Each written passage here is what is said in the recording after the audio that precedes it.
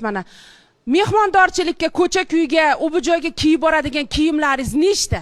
Nechta deng? Nechta deng? Nechta? Menda bir 40 tala bor.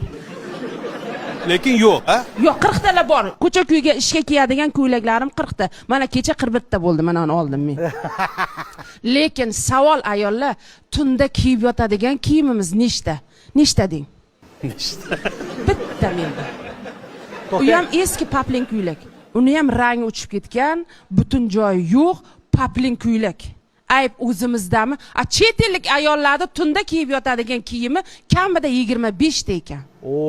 Har kuni har xilidan, rang-barang, kalta, uzun, tor, keng, setkali, barikli, nima hammasidan bor ekan. Agar ayollar biz ham chet elda ayollariga o'xshab tunda kiyadigan kiyimimiz kamida hech bo'lmasa 10 ta bo'lsa, har kuni har xili bilan xo'jayinni xursand qiladigan bo'lsak, "Oh" deydi. Bugun boshqasi ekan deydi. Erkak zotiga ustidagi tovar muhim. Ichidagi ahamiyat bermaydi, xavotir olmanglar.